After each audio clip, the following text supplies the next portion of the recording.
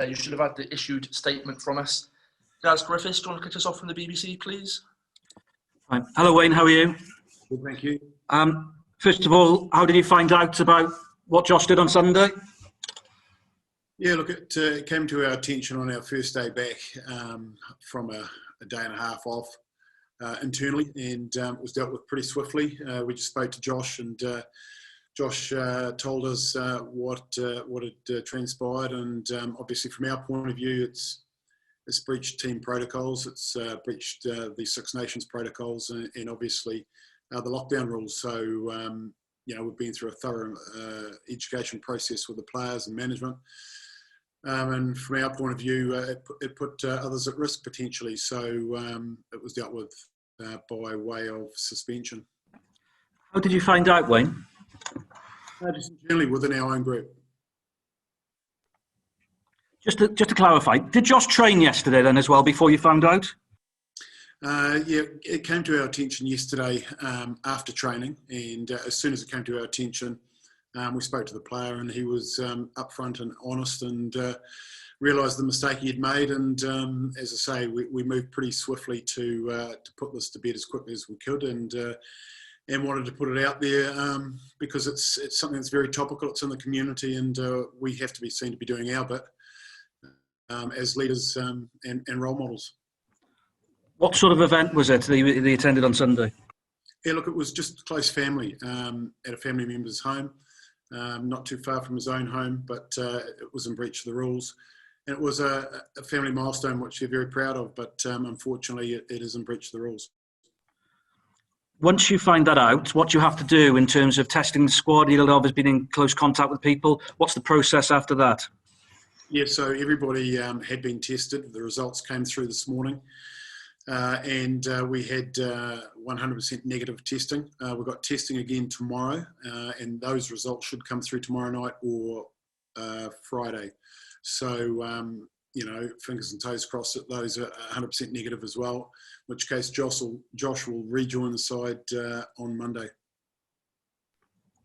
Is he missing the first two games? Is that correct? Yes, it is.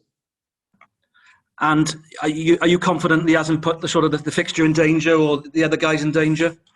Yeah, as I say, we're now going through that process. We've gone through the ordinary testing that we do at the start of the week, and that's been 100% negative. The next stage is to get the second lot of testing done, which is already in place. That comes through negative, then I think we're all in the clear. Josh has been a bit of a model professional for you, it's fair to say, Wayne, over the last couple of years. How has he reacted? What was his reaction? Yeah, one of very much disappointment on his own behalf, realised that he'd made a mistake, error in judgment, was very honest and upfront straight away, as you'd expect, and put his hand up and was just basically apologising to the team. And as you've seen in the comments he's made, he wants to apologise to everybody that supports Welsh rugby because he realised he's made a foolish mistake. Given the fact that you recorded no test in the autumn when you were together for 2 months, this is the first perhaps major blip that you've had on that. How much are you disappointed as a coach that it's happened just before the first game? Yeah, look, we're all very disappointed, and that's why we've dealt with it as quickly as we have and as seriously as we have. We've taken it very seriously, and we think that it's the only result that was possible. And it's been explained to the team what's happened, what we've done, and we've trained accordingly today. And just as nobody coming in, you've obviously got Liam Williams suspended for the first game. You're confident with what you've got there for the wing positions? Yeah, we have. We've got a couple of options. Obviously we've got George North, we've got Helen Amos, we've got Louis Rees-Zammit, and obviously we've got some midfielders there that have been training very well. So we've got options there. Thank you, Wayne. Thank you. Hi, Wayne. Just to clarify on the breach that he made, did you say it was away from his own personal home? Yeah, not a great distance. It was at a family member's home, and it was a very quiet celebration. As far as I'm aware, there was no alcohol involved. It was a celebration in terms of family members getting together for something special that's happened, and we'll leave that part to the family. Sure. Just in terms of your own personal reaction, Josh has been a very good player for Wales and for you and scored loads of tries. He's let you down here, hasn't he? He has, and that's why he's obviously breached the protocols, and we've taken the action that we have, and we do that with any player, and that was spelt out right at the start of the campaign. It was spelt out before the autumns that there is zero tolerance for this sort of thing, but it's COVID is a serious pandemic that everyone has to deal with on a daily basis. So it was disappointing, sure. But we all know Josh is a very, very good individual, and the way he reacted and the way he has handled this since we set him down has been pretty positive. Obviously, you've banned him for those first 2 matches, and then there'll be a fallow week. How much is he going to have to do to get back in the squad ahead of that England game, having made this mistake? Has he got a hell of a lot to prove now? I mean, it's not just, obviously, his talent is exceptional on the field, but it's this off the field trust thing now. Yeah, look, he's I don't want to downplay anything here, but he has been up front with us. He has made an error in judgment, and he's very, very remorseful. He can't do any more than apologise and take it on the chin. He's embarrassed himself. He's had to leave the team, and he will do his penance at home through until Monday. He'll miss the first test. He won't be with the team for that test. He will join us Monday and help prepare the boys that will be selected for the Scotland test, and he won't be up for selection on that. So, look, I think, I don't think any more could be done. I think it's been dealt with very positively by the union. Six Nations have given us their full support on the way we've dealt with it. And I think now for us and as a team, it's sad for Josh, but we move on, and we get excited about the opportunity to kick off the Six Nations back at the stadium where we trained today and really enjoyed being there. So that's now uppermost on our minds going forward. Just one more, if that's okay. Are you going to revise your policy now on allowing players those little chances? I know they're few and far between, but those small chances they've got to go home based on this breach? Or are you confident now that you've come down hard on Josh and that'll send a message out to everyone to behave when they are allowed those little days that they can go home? Yeah, well, I think the message went out at the start of the competition as to how we deal with any breaches. We've dealt with it exactly how we said we would. That should be a lesson to everybody. But I think we've got to treat these guys as adults, which they are, and they're professional rugby players. It is a very, very long time to lock people away in a hotel. And, I think everybody came back really refreshed. We've come back with 100% negative results from our testing. So I think we've been very, very good. And there's this one breach. And as I say, it's very unfortunate.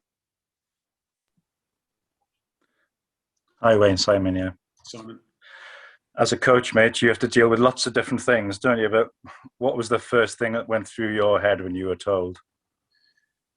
Yeah, well, we were doing an exercise as a team, and head of medical, Prav, and team manager Martin Williams came across and had a quiet word. And yeah, it's sort of, we've got a saying within the group around COVID and this pandemic that it's going to throw us in a bit of chaos from time to time, and we have to change things that we do every now and then. It's how we adapt, and I think this is just another case of how management have to adapt. Certainly it does test us from time to time, but certainly we've worked very closely together in a short space of time, as I say, with the union and the Six Nations to get this dealt with quickly. I guess most of us were probably expecting Josh to start. So how much is this having to change your kind of attitude and your mindset towards your selection? Does it change the way you attack at all? What impact does it have? No, well, look, Josh, we all know the value to the side that Josh brings. He's been a starter for a long time. He's had that wonderful World Cup. We know exactly what he can do. So it's disappointing to have him unavailable for selection. But as I mentioned, we have other players that have been training, and one of those will step up now and get that opportunity. And you know only too well that individual will relish the opportunity and will want to do everything they can to hold on to the jersey. Just lastly from me, it's not the kind of thing you need, really, is it? Let's be honest. No, but it's, we have a bit of a snigger from time to time. Certainly not downplaying what's happened, but just the fact that, there are these challenges. the life of a coach has changed dramatically since pre-COVID and now living in COVID. So yeah, it's just the changes that we face, and as we say, we just have to adapt. Thank you, Wayne. Thank you. Hi Wayne, Alex here.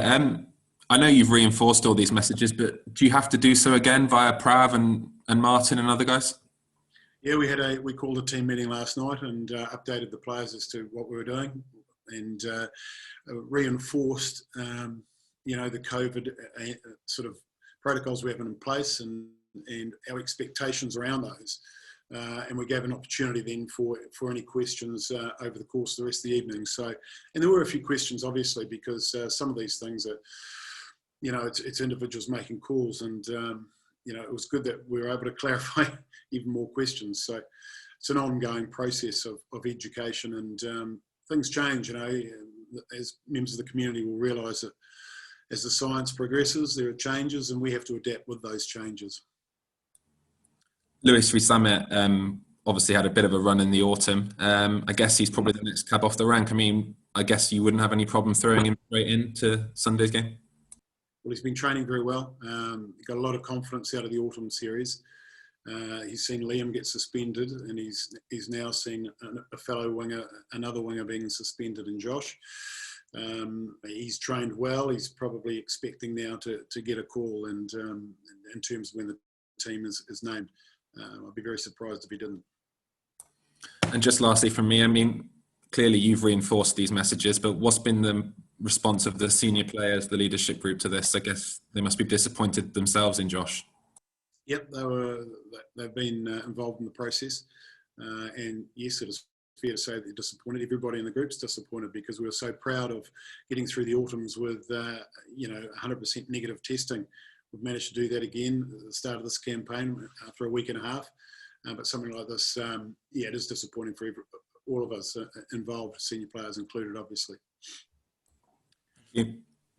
Evening, Wayne. You seem remarkably calm about this, and I appreciate you've had 24 hours to gather your thoughts, but this is stuff that is drilled so hard into these guys and drilled into all of us as a nation over the last 10 months. Your initial reaction, you must have been fuming. You must have been so angry. You must have thought, how can you be this stupid? Well, it's disappointing, as I've said. Everybody is very disappointed. None so more than Josh once we've gone through the pros and cons of the whole episode. So, look, it is frustrating. It's disappointing. It takes up our time in preparation for a test. It's not ideal, but you deal with it and you move on, and that's certainly what we've done.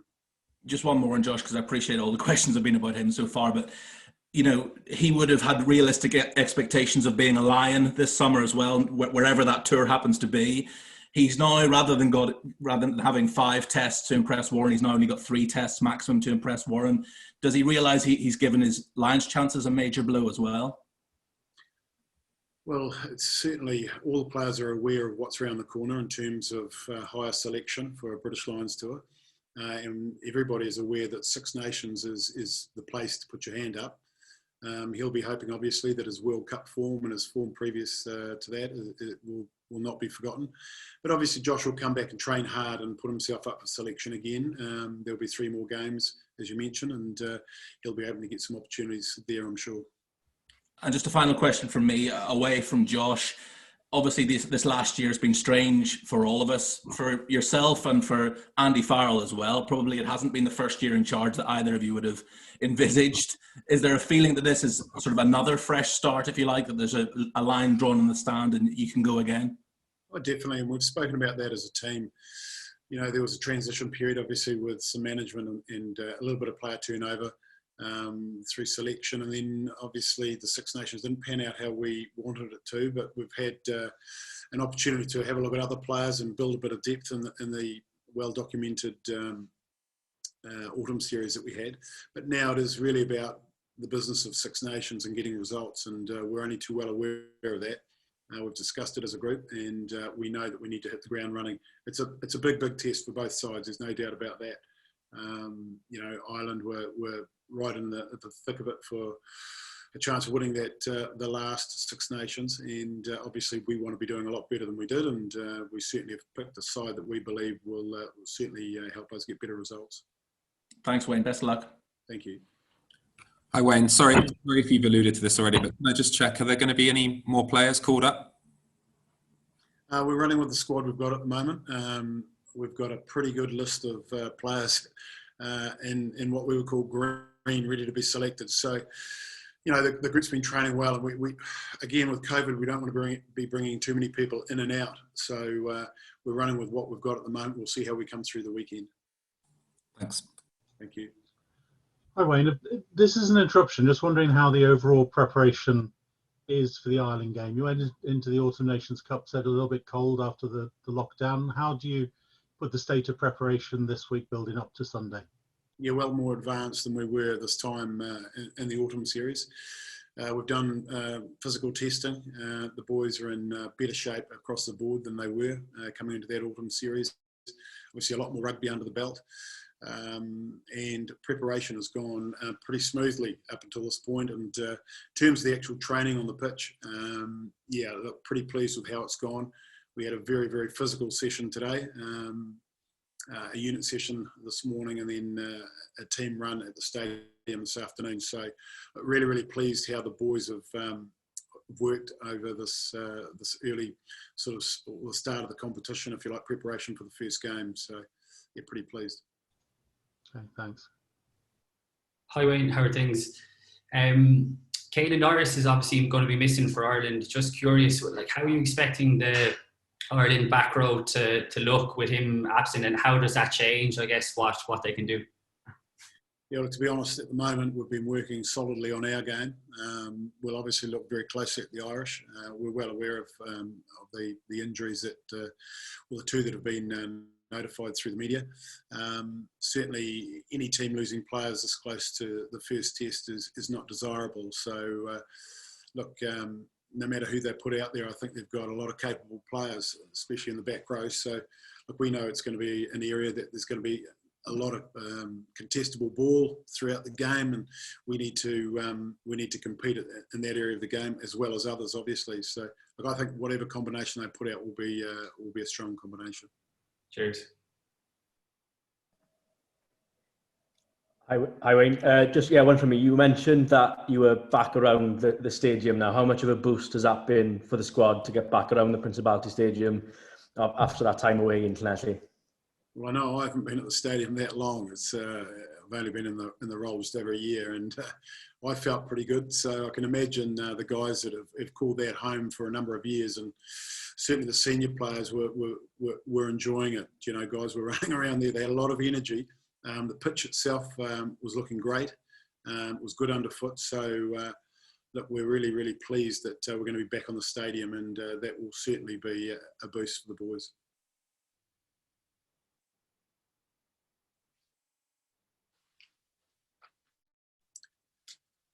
Guys, I don't see any further questions. So thank you for joining us this evening, and we'll be in touch. Thank you.